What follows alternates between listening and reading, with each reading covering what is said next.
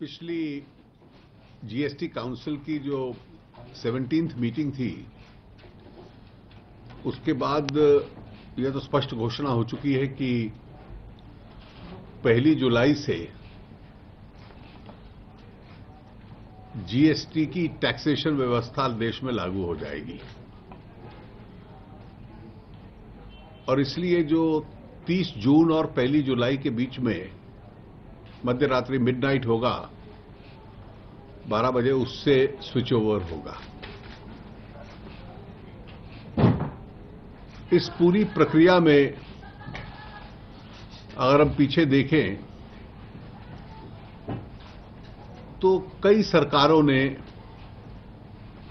केंद्र में भी राज्यों में भी, इसमें काफी अहम भूमिका निभाई है। पहली बार एम्पावर्ड कमेटी का गठन तब हुआ जब श्री यशवंत सिन्हा फाइनेंस मिनिस्टर थे। उसके बाद यूपीए की सरकार ने 2006 में घोषणा की कि जीएसटी लाएंगे। 2011 में कॉन्स्टिट्यूशन अमेंडमेंट इंट्रोड्यूस किया। 2016 में जाकर कुछ संशोधनों के बाद दोनों सदनों में एक मत से, सर्वसम्मति से, यूनानिमसली वो पारित हुआ।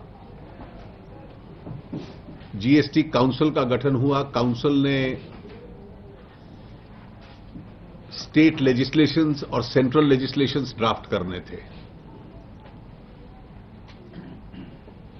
और काउंसिल के जितने भी निर्णय हुए, और एक प्रकार से कहूं कि हंड्रेड्स में हुए, सैकड़ों में हुए, वो सारे कंसेंसस और सर्वसम्मति से हुए।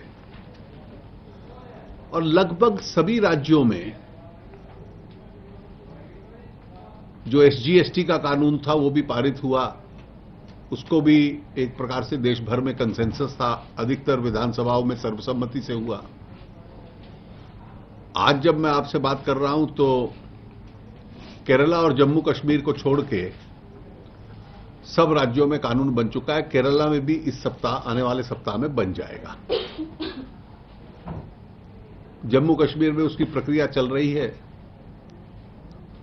उनको अलग से बनाना पड़ेगा क्योंकि राज्य के संविधान में प्रावधान भी अलग हैं। उसके बाद कई प्रकार के लेजिस्लेशंस, सबऑर्डिनेट लेजिस्लेशंस यानी रेगुलेशन, सब रूल्स रिक्वायर्ड थे, वो भी सर्वसम्मति से हुए। रेट फिक्सेशन हुआ, कुछ रेट्स के ऊपर रीहियर डिस्कशन हुआ, और एक प्रकार से सभी निर्णय संसदों में, संसद के दोनों सदनों में, राज्य विधानसभाओं में, सभी राजनीतिक दलों का, सभी विधानसभाओं का, राज्य सरकारों का इसमें योगदान रहा। और एक सरकार से आरंभ हुआ दूसरी सरकार और तीसरी सरकार तक ये एक संशोधन गया है। और एक प्रकार से पूरे देश की अप्रत्यक्ष कर व्यवस्था जो है, इनडायरेक्ट टैक्सेशन सिस्टम है, उसको पूरा बदलेगा। और इस दृष्टि से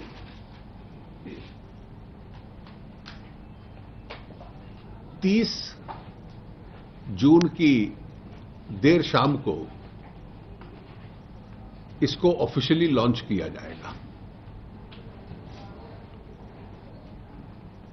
उसका लॉन्च का जो फंक्शन है पार्लियामेंट के सेंट्रल हॉल में होगा।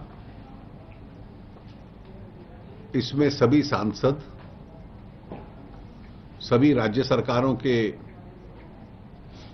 वित्त मंत्री, न्योता हम लोग वहां के मुख्यमंत्रियों को भी भेजेंगे, जीएसटी काउंसिल के सारे सदस्य, जो ऑफिशियल्स जीएसटी काउंसिल में जिन्होंने सहयोग किया है,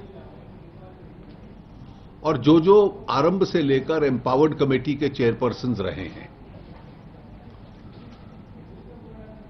उन सबको हम लोग आमंत्रित कर रहे हैं। और जैसे ही मिडनाइट के 12 बजेंगे तो इसका ऑफिशियल लॉन्च होगा माननीय राष्ट्रपति जी की मौजूदगी में। और कार्यक्रम में माननीय राष्ट्रपति जी के अलावा उपराष्ट्रपति जी, प्रधानमंत्री जी, स्पीकर लोकसभा और 2 पूर्व प्रधानमंत्री डॉक्टर मनमोहन सिंह जी और श्री देवेगौड़ा जी, इन लोगों को हमने आग्रह किया है कि मंच पर रहें।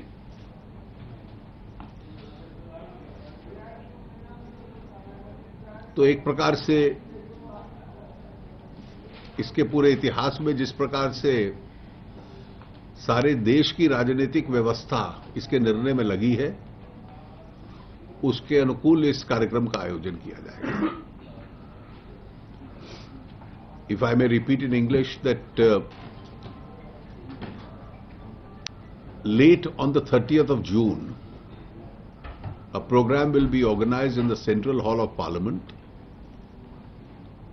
where all members of Parliament, all members of the GST Council, chief ministers, and officials who have assisted in this whole process, also chairpersons of the empowered committee at various points of time, have all been invited. The launch will take place exactly at midnight, when the switchover takes place in the presence of the President,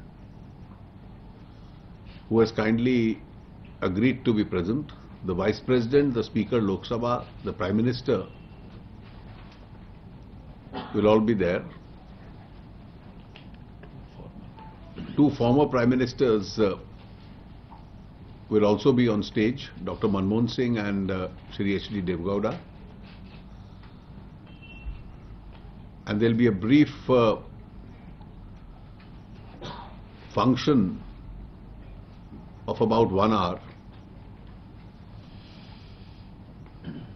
where the Prime Minister and the President will speak on the subject, and there are 2 short films on the subject of GST which have been prepared, which will be screened. Thank you. May I ask one question?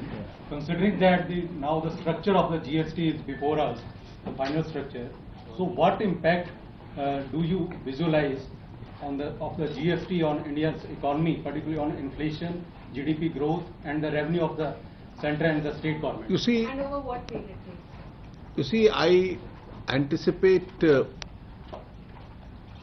over the medium and the long term being a more efficient system which is prone to checking evasion. The revenues will grow. The spending capacity of the governments at the centre and the states will increase, and consequently it should have a positive impact on the GDP. The size of the formal economy should also increase.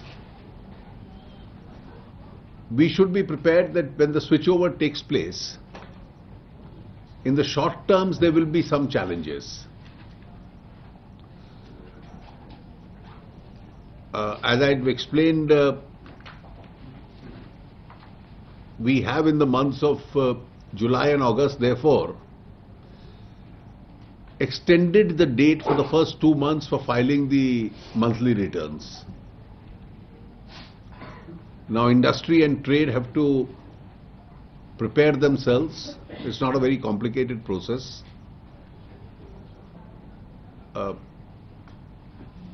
The process of registrations is going on well. And because it is prone to checking evasion, in the long run the number of assessees will also increase. So far, out of the, as I've explained, out of the VAT plus service tax plus excise, all taxes together of approximately 80 lakh assessees, 65 as of last week had already registered themselves. Now there are some duplicate cases which will get eliminated. Duplicate cases because you may be registered in the old system both under VAT and excise. So now you will only have one registration because there is only one tax. दीदी जी, ये क्या special session बोलेंगे इसको? और ये parliament का ऐसा है, ये पार्लियामेंट का सेशन नहीं है, ये एक उसका समारोह है बस। और इसको आयोजित और उसके जो इनवाइट्स सारे जा रहे हैं वो पार्लियामेंट्री अफेयर्स की तरफ से जा रहे हैं, क्योंकि संसद में हम लोग कर रहे हैं, इसीलिए आनंद कुमार जी की तरफ से जा रहे हैं। देखिए, मुझे लगता है कि ये रिफॉर्म स्टेप है जो बेहतरी के लिए है। अब कोई भी रिफॉर्म होता है, आरंभिक दौर में उसका एक प्रभाव होता है। All reforms initially are seen as disruptive and in the long run are seen as result yielding reforms. Sir, registration को लेकर भी परेशानी आ रही हो पा रही हो काफी, उसको लेकर के कुछ आप? बिल्कुल काफी नहीं आ रही। ऑलरेडी 65 लाख लोग आ चुके हैं।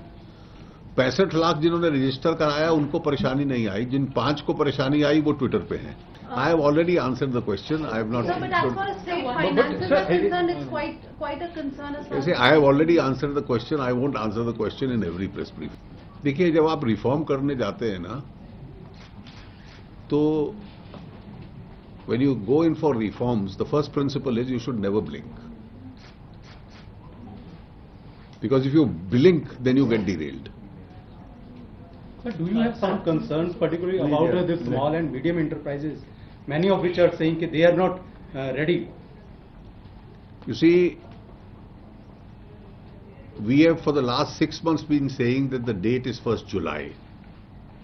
Nobody had any business not to be ready. Even when we have finally announced that it is 1st of July, the readiness will be determined when you have to file your first return, which is 10th August. That also we have extended it to 15th September. So 2.5 months are available for him to get ready. And if he's still not ready, I'm afraid then he doesn't want to be ready. Sir, is Centre also looking at some kind of a nationwide farm tax waiver? नहीं, हमारे पास ऐसा कोई नहीं। हमारे पे ऊपर FRBM target भी और हमारा जो फिस्कल डेफिसिट टारगेट भी है, we intend adhering to it. So there was a report which said that government may defer Basel III norms for banks. Sir, if this happens, how will this? I won't react to any reports till we GST only. You ask questions. So the Home Ministry has not yet given security clearance to GST, and so can we go ahead? Can GST go ahead and? देखिए, it's already functioning. These are all procedural matters. They go on. That doesn't defer the. That won't decide the fate of the Constitution Amendment. Any question on GST, please? Sir, GST पर ही सवाल है। जैसे कि पहले ये कहा जा चुका है कि जीएसटी का इन्फ्लेशन पे भी सकारात्मक इम्पैक्ट पड़ेगा। पहले से इन्फ्लेशन काफी कम है, लॉन्ग टर्म में क्या देखते हैं कितना? और देखिए, इसलिए अगर आप पूरे टैक्सेस देख लें तो इसके पीछे सिद्धांत क्या है? जो टैक्सेस का रेट लगा है उसमें अपेरेंटली हमारा राजस्व रेवेन्यू कम होता है, लेकिन हम इस सिद्धांत पे वर्क कर रहे हैं कि रेट कम होने के बावजूद भी राजस्व कम नहीं होगा, क्योंकि एक एफिशिएंट सिस्टम में इवेजन चेक होगी। तो इसलिए रेट जिन जिन प्रोडक्ट से कम होते हैं उसका एक इन्फ्लेशन पे असर तो पड़ता है, और मॉनसून कैसा होता है, ऑयल प्राइसेस कैसे होते हैं, सब कंट्रीब्यूटरी फैक्टर्स हैं इन्फ्लेशन के। किस सामान पर कितना टैक्स कम हुआ इसका विज्ञापन सरकार समय समय पर जारी कर रही है, उसके अनुपात में कीमतें कितनी कम होनी चाहिए, कोई रेंज हम लोग जारी करेंगे एक इंडिकेटिव प्राइस की? देखिए, हम इंडिकेटिव प्राइस सरकार का काम नहीं है, लेकिन हम उम्मीद करते हैं, मतलब I seriously hope that even though transiently there is an anti profiteering clause, it should act as a deterrent and not really be used.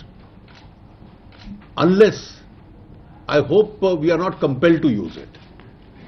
So, but by when will the authority be set up, the So the committees, the council every now and then keeps meeting. So last meeting we decided the structure. So we have to set up the standing committee and the committee both. So as far as the issue of Jammu and Kashmir is concerned, you said the provisions in the... I strongly believe that if any state, now there are only 2 states left, Kerala is certainly getting into it, and Kerala has been extremely, is one state which has been totally in favor and very cooperative. But because of those special provisions, if for some transient time, let's say any state keeps out, J&K or anyone, both its traders and consumers will suffer. They will suffer because they will not get the benefit of input tax. So they'll have to pay tax twice over. And the consumers will get material which is costlier than the rest of the country.